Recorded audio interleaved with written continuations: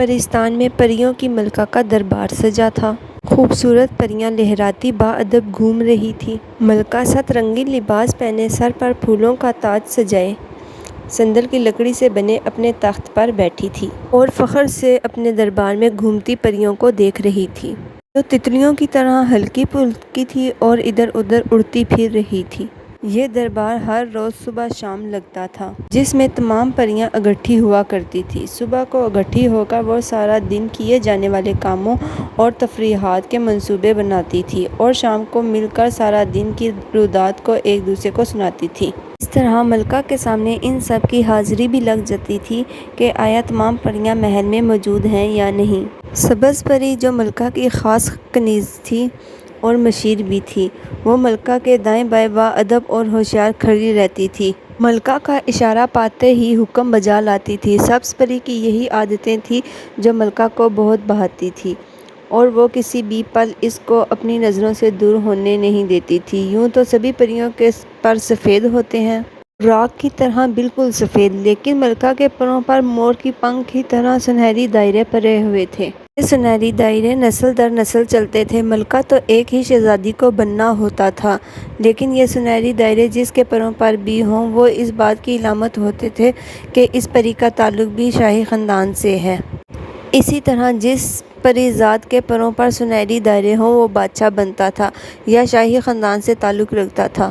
سبز پری کے پروں پر بھی ہلکے ہلکے سنہری دائرے تھے، جو اس بات کی علامت ہے اس کا تعلق بھی شاہی خاندان سے تھا۔ شاید اسی لیے وہ ملکہ کو بہت عزیز تھی اور وہ سبز پری کو اپنی اولاد کی طرح چاہتی تھی۔ اب سوچنے کی بات یہ تھی کہ اگر سبز پری کے پروں پر بھی سنہری نشان تھے تو اس کو ملکہ نے اپنے برابر مقام کیوں نہ دیا؟ آخر اس میں بھی تو شاہی خون تھا، پھر اس کا درجہ کنیز کا کیوں تھا؟ اس کی سب سے بڑی وجہ شہزادی سفید پری کا حسد تھا، جو ملکہ کی بیٹی اور مستقبل کی ملکہ تھی۔ کیونکہ ملکہ کا کوئی بیٹا نہ تھا، ایک ہی بیٹا تھا جو کچھ سال پہلے لاپتہ ہو گیا تھا۔ سبز پری نہ صرف سفید پری سے زیادہ خوبصورت تھی، بلکہ وہ انتہائی ذہین اور سگڑ بھی تھی۔ معاملہ فہم اور انتظامی صلاحیتوں سے مالا مال تھی۔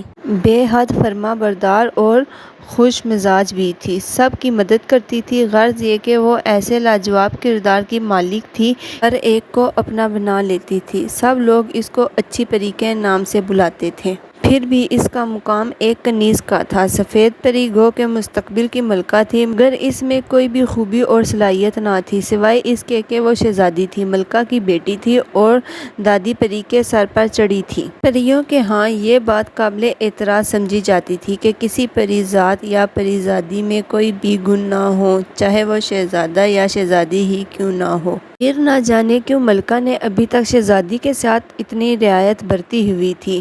سفید پری کو صرف دو ہی کام آتے تھے، سونا اور کھانا۔ وہ اٹھتے ہی سب پر غصہ کرتی تھی اور کھانا کھاتے وقت تو سب سے زیادہ غصہ کرتی تھی، کیونکہ اس کو کوئی کھانا پسند ہی نہیں آتا تھا۔ اس کو اپنے محل کا سادہ ماحول بھی پسند نہیں تھا، اس کو اپنا سفید لباس تک پسند نہ تھا، مگر کیا تھا کہ وہ خود سے کچھ کرنا بھی نہیں چاہتی تھی۔ وہ بے حد سست اور کامچور تھی، اسی لیے وہ ابھی تک سفید پری کہلاتی تھی۔ اتنی جوان ہو جانے کے باوجود وہ اپنے لباس کو رنگ نہیں پاتی تھی۔ پریوں کی یہ ریت تھی کہ پیدا ہوتے ہی سب بچوں کو نہایت نفیس ریشم سے تیار کیا گیا سفید لباس پہنایا جاتا تھا۔ وہ لباس بے حد نفیس اور ہلکا پھلکا ہوتا تھا تاکہ ان کو اڑنے میں کوئی مشکل پیش نہ آئے۔ عام طور پر بھوری پریاں ریشم اور سنیل کے روئی سے بنے لباس بناتی اور دیگر استعمال کے لیے کپڑا تیار کرتی تھی، پھر اس کو باریک کانٹوں کی سوئی سے سیتی تھی۔ لیکن بڑے ہو کر ہر پریزادی کو اپنا لباس خود رنگنا ہوتا تھا، اور وہ جس رنگ میں بھی اپنے لباس کو رنگ لیتی تھی وہی اس کا نام پڑ جاتا تھا، کیونکہ رنگ کردار اور عادتوں کی عکاسی کرتے ہیں۔ وہ خود اپنی بچیوں کے نام کچھ بھی رکھتے ہوں، لیکن جب پری اپنا لباس رنگ لیتی تھی تو اس کا نام اسی رنگ سے منسوب ہو جاتا تھا۔